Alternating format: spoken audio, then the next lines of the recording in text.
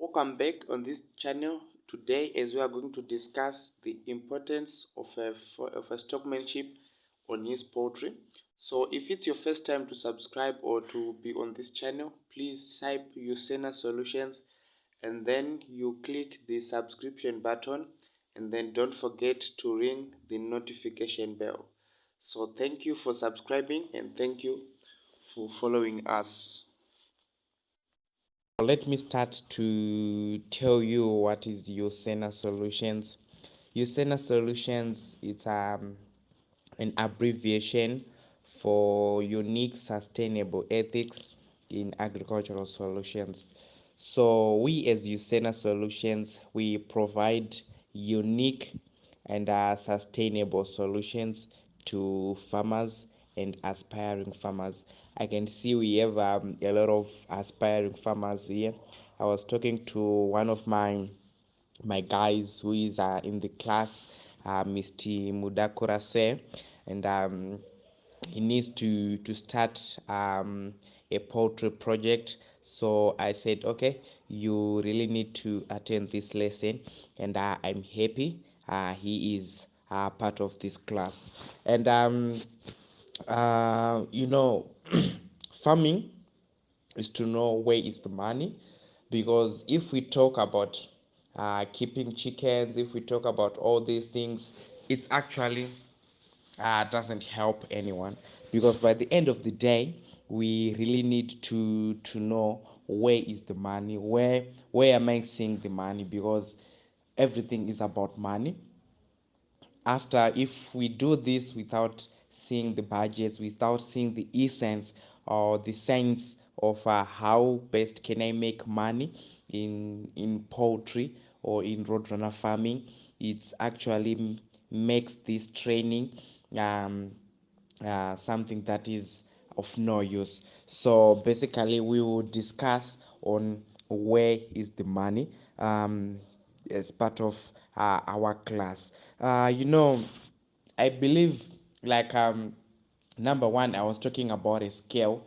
If you don't have a scale, you can't tell us where is the money, because let me take for example, for those who are keeping layers, commercial layers, if your bird should eat 120 grams per bird per day and you feed it 130 grams per bird per day, it means you are losing 10 grams per bird.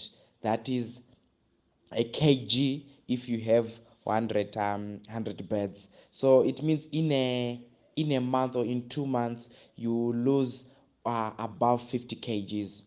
So losing money, uh, it's something that you need to understand whenever you are doing business, that you can either lose money by, because like a 50 kg bag, it's costing around 20 25 minimum, 25 26 $24 for a 50 kg bag of layers feed. And then you just need to get a scale for $5 to $10. So you get the sense. And then at the same time, besides feeding your chickens 120 grams, maybe you are just limiting them to 110 grams or 100 grams per bed per day. And then with that, that means your beds are not laying. Maybe in the event that you should get at least 80% egg laying, and then you are getting around 50% egg laying. That means you are losing around 30 eggs for every 100 chickens. So for those 30 eggs, you're losing a crate. How much is a crate? It's $3, $4. So you're losing $3 or $4 a day that you should get.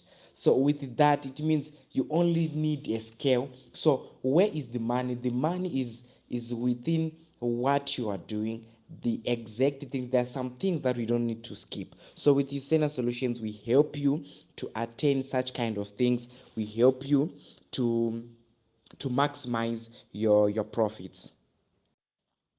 So we as Usena, we need you to attain as much profits as possible. We are also going to look in some ways how you can manage, as we are saying, feed, it takes up to 70% of your production cost. So we are going to look more into how to manage your feeding schemes, your feeding programs. We will we will look into that, and we are also going to into some methods where we call them unorthodox ways of making your animal feeds. We are going to talk about the molasses and moringa magic dose, whereby you need to reduce the amount of feed that you are feeding to your animals, and you introduce moringa and molasses as a supplementary, because they are also cheap. And we are also going to touch a little bit about maggot farming. Like I said, this training, as per the date, we are saying it's a 2-day training, but roadrunner farming is never a 2-day training. It's you need to be on the ground. We can spend 34 hours talking about roadrunners. So the 2 days was just to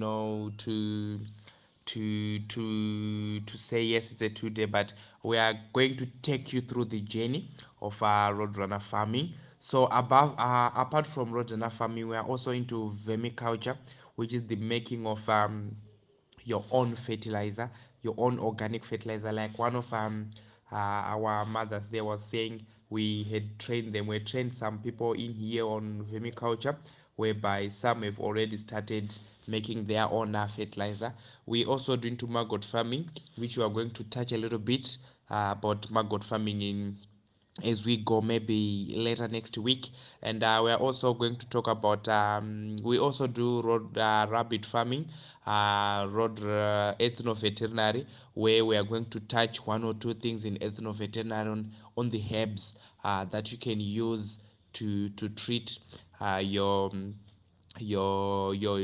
chickens. And azola farming, we are also going to touch a little bit, and also are going to touch a little bit on hydroponics fodder.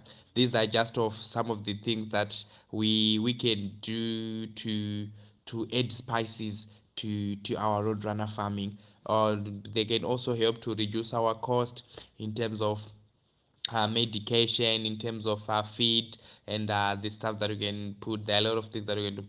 And like I said, we also have some irrigation technicians here. So in terms of farm structures, if you have your farm, and if you need irrigation designs, if you need structural designs, you don't just build a house. You see, one of our topics when we're talking about roadrunner structures, some people, they build tobacco barns for roadrunners. So you really need to know, for every animal, it is a specific structural designs that it likes, or it should be put. So you really need to understand each and every animal, and the structures that you really need to do. And our next lesson, we are going to talk about stockmanship. So after this lesson on stockmanship, you will realize that you are now going to keep roadrunners. Even if you don't go further, after the stockmanship lesson, you are going to keep roadrunners. Not only roadrunners, but whatever animal, whatever, even crops, even whatever you are going to do, you are going to keep it, because you have the stockmanship within you. you know uh Stockmanship, what we're talking about, we're saying, if you have a stockman is saying someone who is looking after your chickens. If that stockman, you say, go and apply, or go and feed, everyone can feed chickens, or like we say, we need scales, we need feed, we need whatever, we need water, go and feed. Someone can just go and put the feed and turn back. The stockmanship now is something that goes beyond the norms, beyond what everyone can just look and say, okay, I need to feed, I need to do what. The stockmanship is something that is within the heart, it's within human, for you to be able to understand the chick, or to understand whatever product that you are producing. You need to take it within you. That is what we are going to talk about stockmanship. So after this lesson about stockmanship, actually I believe everyone will be able to to to to to to keep the road runners. this is only about keeping, and I will talk about the money later, but also involves the money, because a good stockmanship, we have low mortality, we have good laying, we have healthy beds, and so to speak. So on our next audio, I'm going to make these audios short so that you download them so easily, they won't take time to download. And also for those who have network challenges, please don't worry, you are going to listen to these audios later, and we are also going to combine them on a single audio, so that you can also get them whenever you need these audios. So maybe you can lose them, so we can keep them for you so that you can get them whenever you need them. So as you get questions, as we go through the training, please feel free to ask any question. We'll answer them as we go.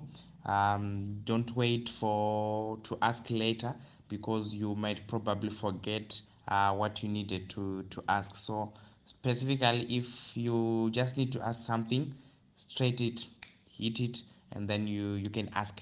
So on stockmanship, we are saying, even if you keep records, even if you are feeding, without good stockmanship, you are doing nothing, because good stockmanships or good records, they are accompanied by good stockmanship. So like I said, if you just feed your chickens and then you don't look at them, you just maybe normally most people who when in the rural setup, then normally what you do when opening your chickens, you just open the door, turn around, go back to what you're doing. You don't even look at how are your beds, are they all okay, something like that. You just open and turn around. That's not a good stockmanship. A good stockmanship, you actually know that always when I open my chicken door or my fowl run, this is the last bed to come out. Is it sick? No, it's its behavior. Now, because you are not worried, because you just know that it's its behavior to be the last one to come out. So that is that we're talking about this stockmanship. You need to use your senses. You have the sense of sight, you have the sense of smell, you have the sense of feeling, you have the sense of hearing. All those senses, you need to use them. Sense of taste, you need to use them whenever you are keeping every animal, or even on the crop section. um you need to use your senses to whatever you are doing. When you keep using your senses, you actually be a bad stockman. A bad stockman cannot identify sick birds. I normally, when I was back there at my rural home, what we used to do, we used to notice this disease, like in cattle, that is coming these days. You you can notice even before it attacks it, before at the first signs, you can even notice it. But because we are bad stockmanship, what we just do, we could just go to head the kettles. After that, we come back running, they'll be all running, and we take all the animals, we put them in the crow, we lock the crows, we go back home. When my uncle normally, after closing the cross, he comes and say, did you notice that cow A or B is sick? And we couldn't have noticed that, because it wasn't part of us. Our own duty was to go, head the kettles, come back. If there are 20, we come back with 20, not noticing is it sick or is it what. So a good stockmanship should be able to identify all those kind of things, because there are some diseases. Check on the groups or wherever groups you are, you see someone posting a picture of a rotten eye. There's this disease that we call fowl pox. There's this disease that we call infectious coryza. A rotting eye, we're talking about a bird that can hardly see, which means the eye has completely been destroyed. And someone saying, guys, I have this bird, what can I do? The eye has been completely destroyed, and you're asking, what can you do? You are talking about, now it's now a week that bird is sick, and you're asking, what can I do? You should have said it even on the early stages of those diseases. So some diseases, if you manage to see them at the early stages, you won't have mortalities. You can talk of those diseases that we call vent pasting, when you see your chicks with some pest at their back. It's not a disease, yes, it's something that can be treated, or that can be removed easily. So it's because if you don't notice it, as it starts, it means your chicken is going to die because it's eating and food is not passing out. So eventually it will die. So some of these we really need to use the stockmanship skills. Are my birds eating? Is the temperature okay? We will talk about it in terms of brooding. It also touches how good stockman. If you have bad stockmanship skills, it means all your chicks are going to die during brooding phase. I've went to one of these farms in Mvurwi there. The birds were dying around. They were losing 16 almost every day, 16 chicks almost every day. They ended up having high mortalities, almost 50% mortality. So by the day I went there, um, I could have added the guy in this group. By the day I went there, you know, that same day, and I went there for 2 days. I was doing a farm visit for them, teaching them how to do some of these things, and I went there for 2 days. For those 2 days, believe you me, we lost no chicks. Every chick survived, even those that were sick, they survived. They were not sick because there were diseases, but they were sick because of bad stockmanship. So with stockmanship, you are saying every bird should survive because we are taking care, attention to it. This bird is sick, ruffled feathers, huddling towards the heat, whatsoever thing. So most people are losing it, are losing their money, their single dollar that they bought their chicks because of bad stockmanship. So you need to have good stockmanship so that you have your profits. So let me go deeper within how do you become a good stockman within your portal. How do you train your maybe you have your workers, or maybe you are the one who is doing the work. How best can you keep your chickens, or how best can you use your stockmanship skills to have better results? So like I said, on stockmanship, what we normally use are our senses. Feeding, anyone can feed, anyone can give water. Here where I stay in Glenora, I can, I travel a lot. I travel a lot. Who looks after my chickens is a grade 4 student, a grade 4 pupil. Um, when he is even not into the chickens, he can tell you that um, there's no feed to the chickens, because he can use his senses of hearing, and he listens and say, okay, the chickens are making sound because there's no feed, and maybe there's no water, and also he can tell you that he picks eggs almost frequently. So he is a good stockmanship. Even when I come back, I get up to date. Not on I feed. I've no. That's not it. A good stockmanship. Birds were making sounds. I give them feed. It was smelly. I did this. Use your senses. It's now different from feeding or giving water. It's now different. So let me start by using your sense of sight. As soon as you enter your chicken run, you need to use your eyes, guys. God gave us these eyes for a purpose. You need to use your eyes to look on the distribution of the birds.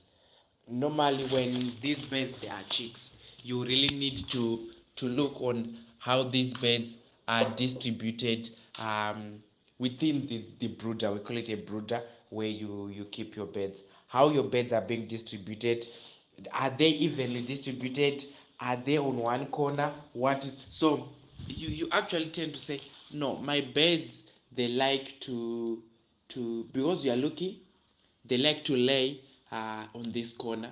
Why? But I've put maybe some nest boxes over there, but they are not laying there. They are laying on this corner. Why? Because now that's now the technical part where you are saying, okay, they need to lay on a darker area, so something like that. Maybe that corner is a little bit dark than where you have put your nest boxes, but you have identified, you have someone who can say, when you are coming to the group, or when you are coming or when someone, or maybe your employee comes to you and say, I've noticed this. We like people who notice things, not who just do what you have told them to do. Put nest boxes, you just put, but after putting, you need to notice, are the chicks now laying eggs in those nest boxes? If not, why not? You are noticing now, not just you are someone who just um do things as because you Sena said this. No, you need to use good stockmanships. So you need to look on things, how beds are distributed. You need to look on the respiration. Sometimes the respiration is not something that you can hear.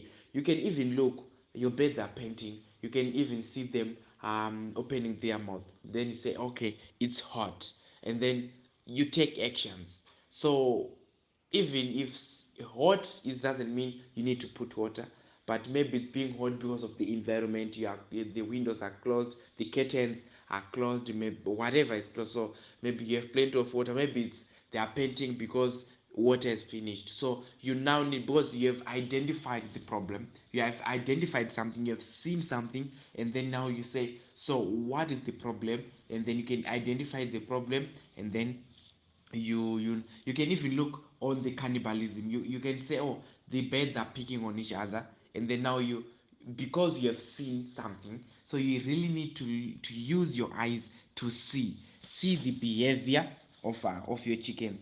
Normally, I think the behavior is it any deviation from the norm, any deviation from what you normally used to see. Is there any change in terms of feeding? Is there any change whenever you put your feed at 8 o'clock? How do your birds do? Do they run towards you? Do they run towards the feeders?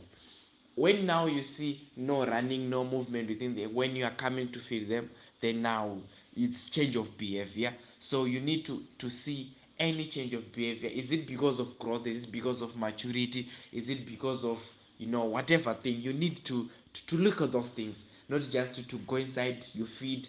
No, it's not about just feeding, just just say I have to give them 100 grams, I have to give them 20 grams. Farming is not that way. It's observing any changes, any behaviors, whatever. If you are doing, even, I'm not talking about poultry only, whatever business you are doing, it's not like you also need to see the behavior, the pattern of your customers. How are they responding? How, not just saying such kind of things. So basically, you really need to to see the behavior of your animals. How are they behaving?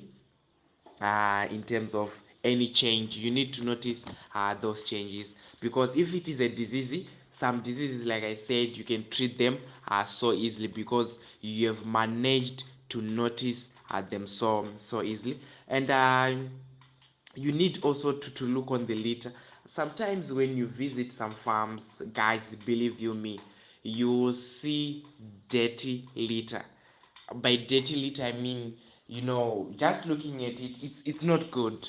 um you see maybe wet litter, you see some kind of all those things. So sometimes, not sometimes, it's not good for the chickens, especially on wet litter. When you are keeping your birds, you see some people saying, my birds are sick, my birds are so it's because of maybe the litter. So you need to observe, is your litter good, dry, and um uh, good looking in terms of that. So before I forget, in terms of litter, you can also use charcoal. You can go to those guys who sell charcoal, and then those dusty charcoals, they don't care about. Take them, you mix them with the litter. They help to absorb the smells of of your litter so that you don't get smelly in your fowl runs. So it's one of the things that you can consider in terms of protecting the smells. They absorb smells from the fowl runs. Okay, and also you need to look on the feed quality. On the feed quality, let me tell you guys. Recently, I had bought a 50 kg. It was a 25 kg. Yes, I was out of feed, so I was out. So what I did, I had to come with feed, but it was around 3 o'clock, and then I realized shops were going to be closed soon. So I just looked around and saw a certain shop that was close by, and I had to buy that feed. But upon opening it, I just said to my young brother, this feed quality is poor. Just looking at it, it was poor, and obviously all my beds they dropped in terms of laying. So you need also to look on the feed quality. You can see on the quality of the feed. If maybe you are addicted to a certain type of feed, when the quality changes, you can actually see it. Even if it is the same supply, you can actually see that no, this feed is not even the same as the one that I was using before. So you need to see this. You also need to see are your feeders or drinkers of good height. That is something that you need to see. Are just high or low? So are my chickens feeding well? So it's something that you see. So whenever you go and feed your chickens, or whenever you pass by your fowl runs, you need to observe. You need to look at things. You don't just need to pass, go in and out, something like that. You need to observe things. They help you to give analysis on things that you're doing. One of the senses that you also need to do is the sense of hearing. You really need to use your ears when you enter into a fowl run. You need to listen to the sounds of the breathing that your animals are doing. Yes, you can see as they are painting, but some will be not opening their mouth, but will be producing. Normally, people ask, my birds are producing a krr sound, So you can feel some sounds.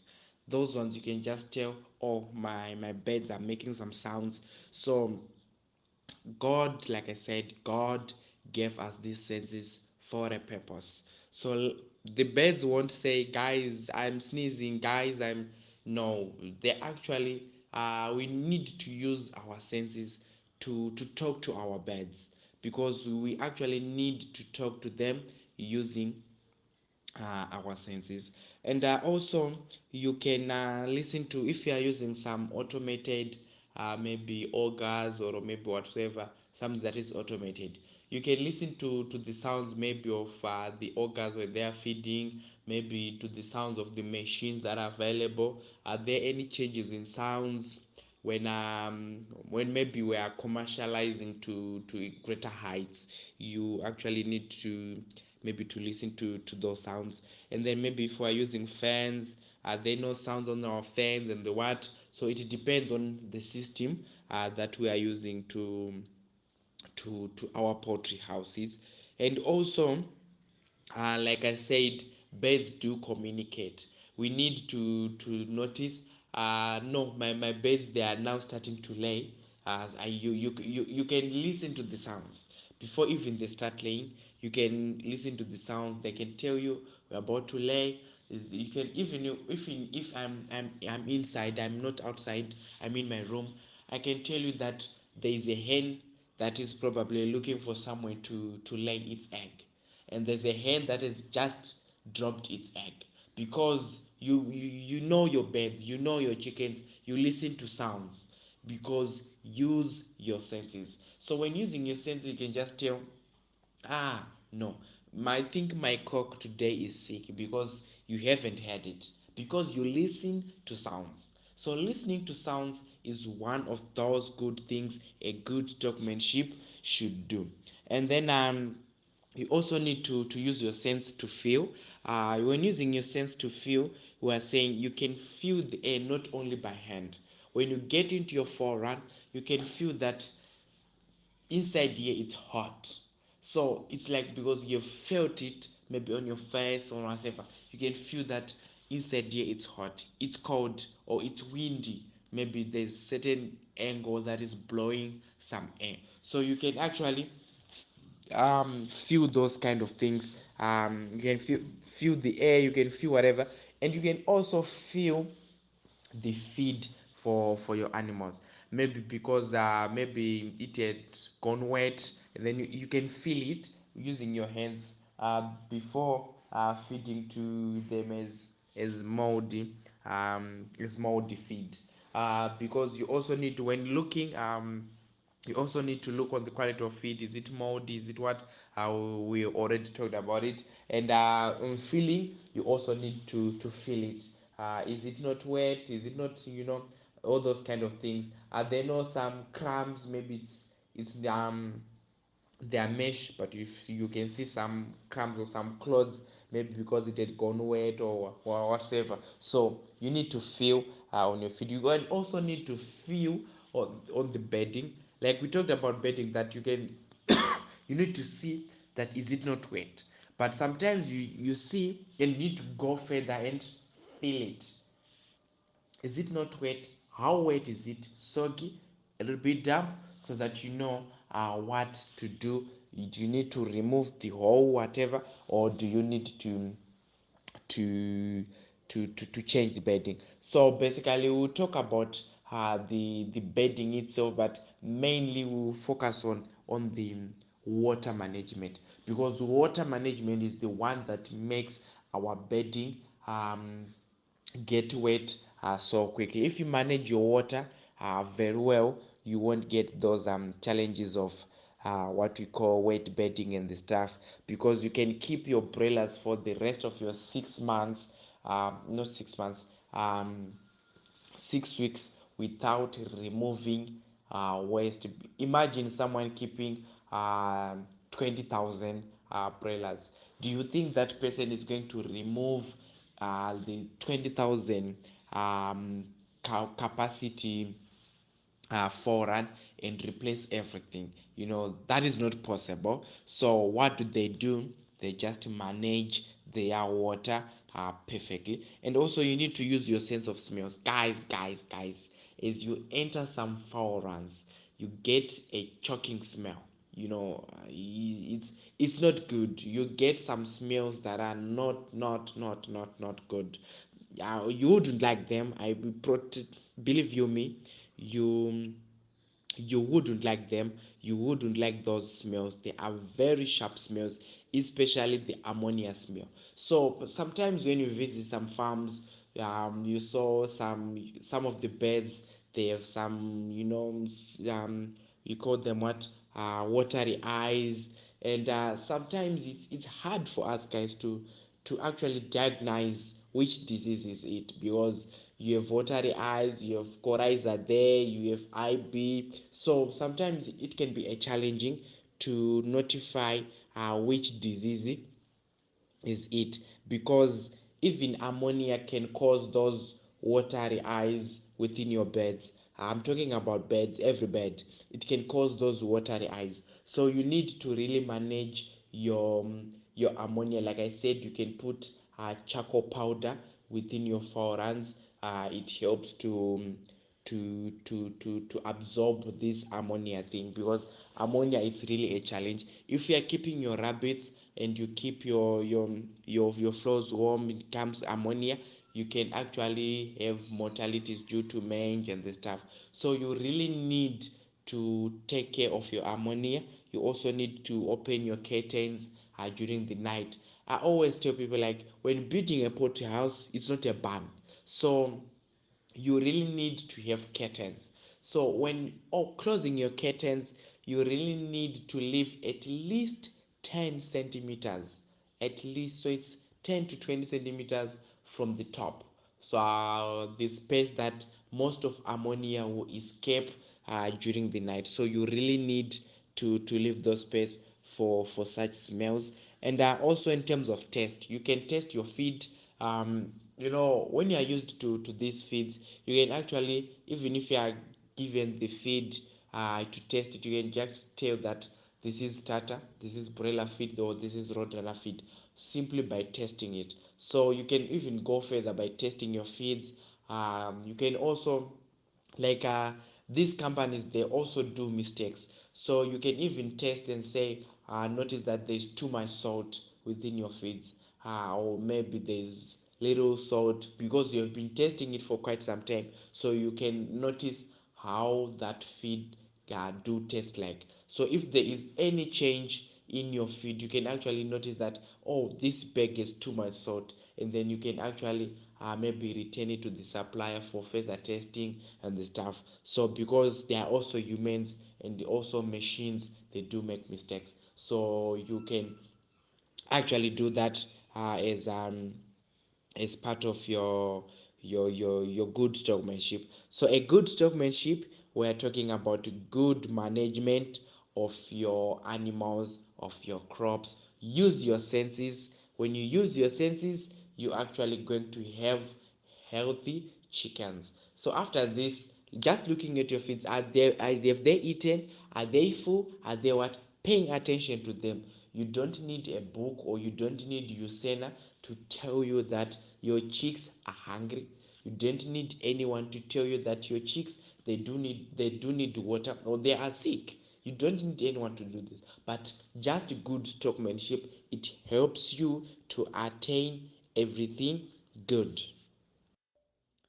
So lastly but not least, when you're talking about good stockmanship, when you enter into your house, you really need to look on the behavior of your animals.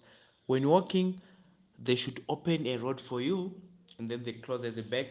Or sometimes when you are walking, they are always climbing on you. They're always, jumping to, to scratch you or whatever. So it depends on the behavior of your animals.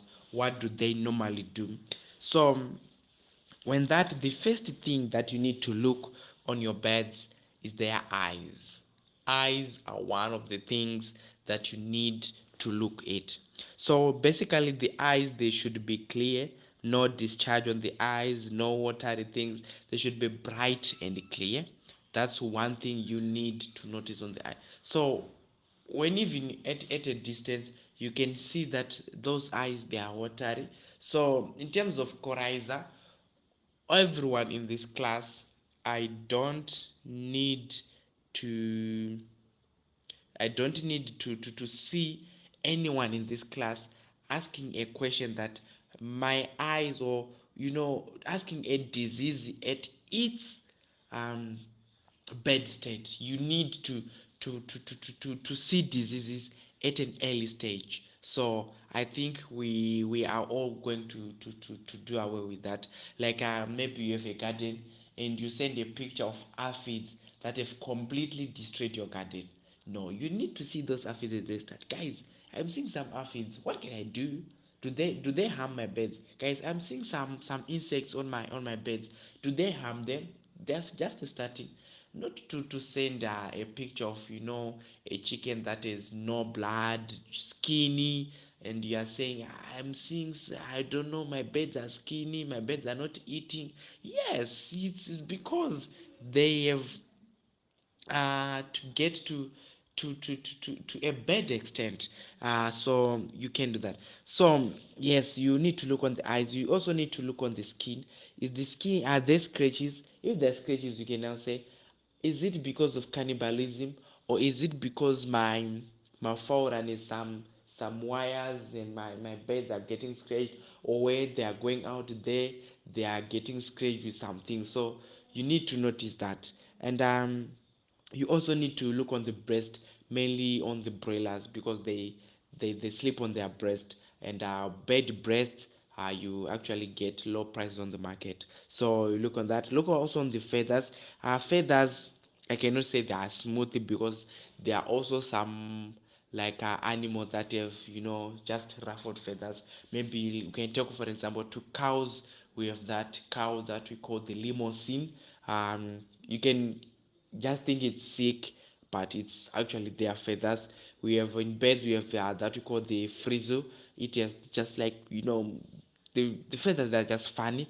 They are just like ruffled, so it's just like maybe the base they are just like sick, but they are not sick, it's how they are. So you, but they should not have some sticky things, feathers and having some sticky. You actually need to know your animal so that you can tell are the feathers good or bad. And also in terms of the feet, no markings on the feet. When keeping your birds maybe on a fence, on a mesh wire, you can have some saws. When keeping your beds maybe on a rough concrete, you can have some saws. So you basically need to look on your feet, how good are they. On the vent, like I talked about vent pasting, you should never see any pest on your vent. When you see that, you really need to manage it. And then on the beak, you should never see discharge on the beak. When you see discharge on the beak, you're talking on the mouth, or and on the nose there. You don't need to see any watery things. So when you see that, it actually means that your bird is not feeling well, and then you take action as quick as possible. And also we have what we call a crop test. A crop test, we'll talk more of the crop test when you're talking about brooding. um, we shall talk on the crop test, how we are going to do it, to see either our animals are feeding, our animals if they are drinking water. We use the crop test, so we will talk about it. So what you need to know is that flocks, if you have two flocks and they are kept in two different houses, those flocks, they are never the same. If also the batch that you keep today and the batch that you're going to keep tomorrow, they can also not be same. Why? Because of the stockmanship. The stockmanship that you're going to give today and the stockmanship that you're going to give tomorrow is not going to be the same. So that means also that your stock or your animals, they can also differ, just because of stockmanship. So good stockmanship, you produce good better results. So for today, we are done with good stockmanship. And since our time is running, actually sorry for today, like I said, 2 hours, they're actually not enough, since most of our trainings we do audio based, so that I know most of us, we don't like to read. We have the tendency of not liking to read. So actually with audios, you can be able to just play the audios, and then they'll just be playing whilst you are doing something. They won't stop you from doing whatever you are doing. So the audios were just summarizing or expanding some things that are in our modules. So let's look on brooding. We need to cover brooding for today, and then we move to other topics as we go for tomorrow.